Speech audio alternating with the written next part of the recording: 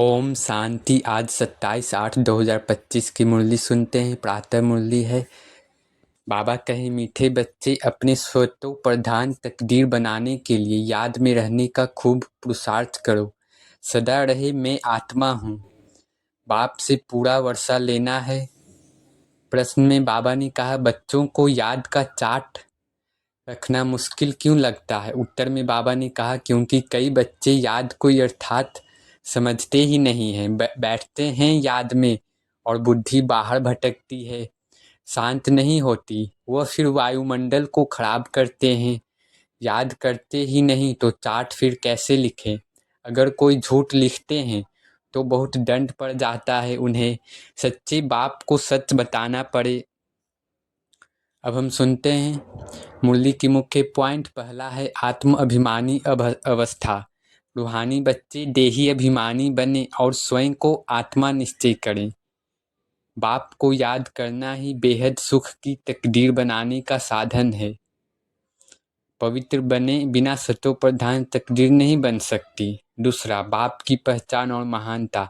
शिव बाबा ही बेहद के बाप हैं और जो हर जन्म में आकर भारत को स्वर्ग सचखंड बनाते हैं। शिव जयंती मनाते तो हैं लेकिन असली महत्व नहीं जानते। शिव बाबा ही पावन दुनिया की स्थापना और पतित दुनिया का विनाश कराते हैं। तीसरा, याद की यात्रा का महत्व। बाबा कहते हैं, याद की यात्रा ही मुख्य पुरुषार्थ है।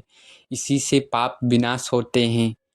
ज्ञान समझाना आसान है पर याद में रहना मेहनत का काम है। बाबा कहते हैं, ज्ञान समझाना आसान है पर याद में रहना मेहनत का काम है। याद में कमी से वातावरण खराब होता है। चार्ट में सच्चाई से अपनी स्थिति लिखें। चौथा, सेवा और राय देने की युक्तियाँ। हर बच्चे को सेवा के लिए सुझाव देना चाहिए।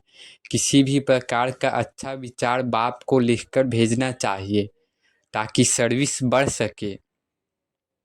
भारत का कल्याण करने के लिए मिलकर युक्तियाँ निकालें।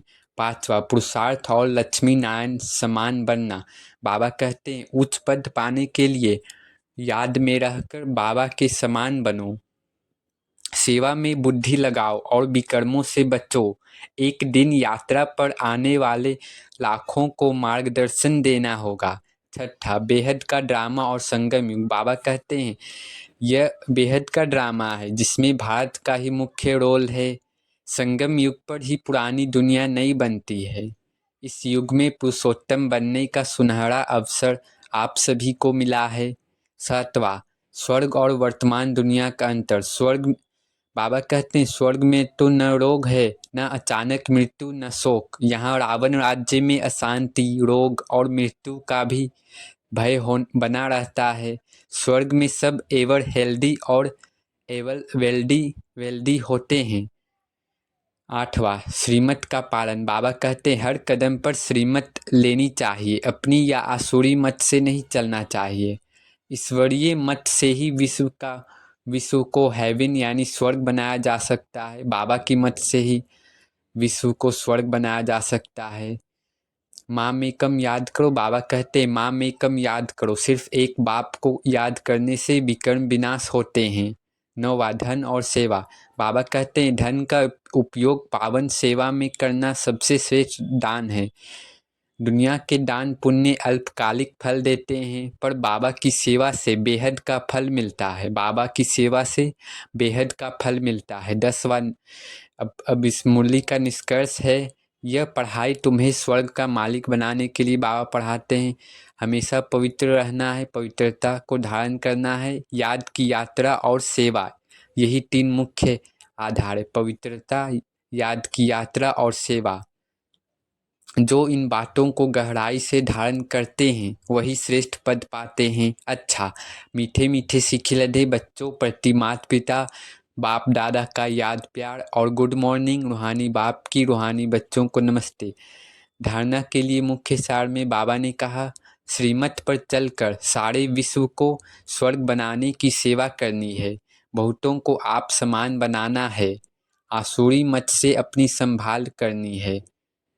दूसरा, याद की मेहनत से आत्मा को सतो प्रधान बनाना है। सुदामा मिसल जो भी चावल मुट्ठी हैं वह सब सफल कर अपनी सर्व कामनाएं सिद्ध करनी है।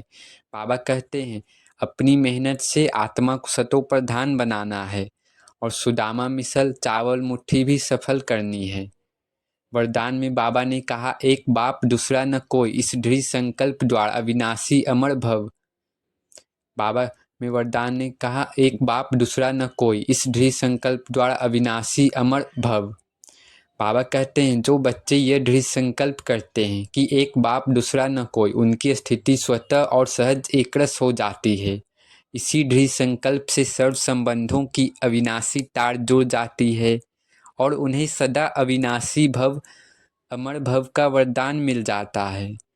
तो दृढ़ संकल्प करने से पुरुषार्थ में भी विशेष रूप से लिफ्ट मिल जाती है। जिनके एक बाप से सर्व संबंध हैं उन्हें सर्व प्राप्तियां भी स्वतः हो जाती है।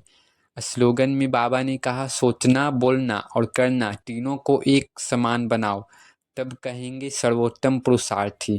बाबा कहते हैं सोचना, बोलना और करना तीनों को समान बनाओ। अव्यक्त इशारे हैं, सहज योगी बनना है तो परमात्म प्यार के अनुभवी बनो। जिस समय जिस संबंध की आवश्यकता हो उसी संबंध से भगवान को अपना बना लो। दिल से कहो मेरा बाबा और बाबा कहे मेरे बच्चे। इसी स्नेह के सागर में समा जाओ। यह स्नेह छत्र छाया का काम करता है, इसके अंदर माया आ नहीं सकती। यही सहज योगी बनने का साधन है। शांति, ओम शांति, ओम शांति।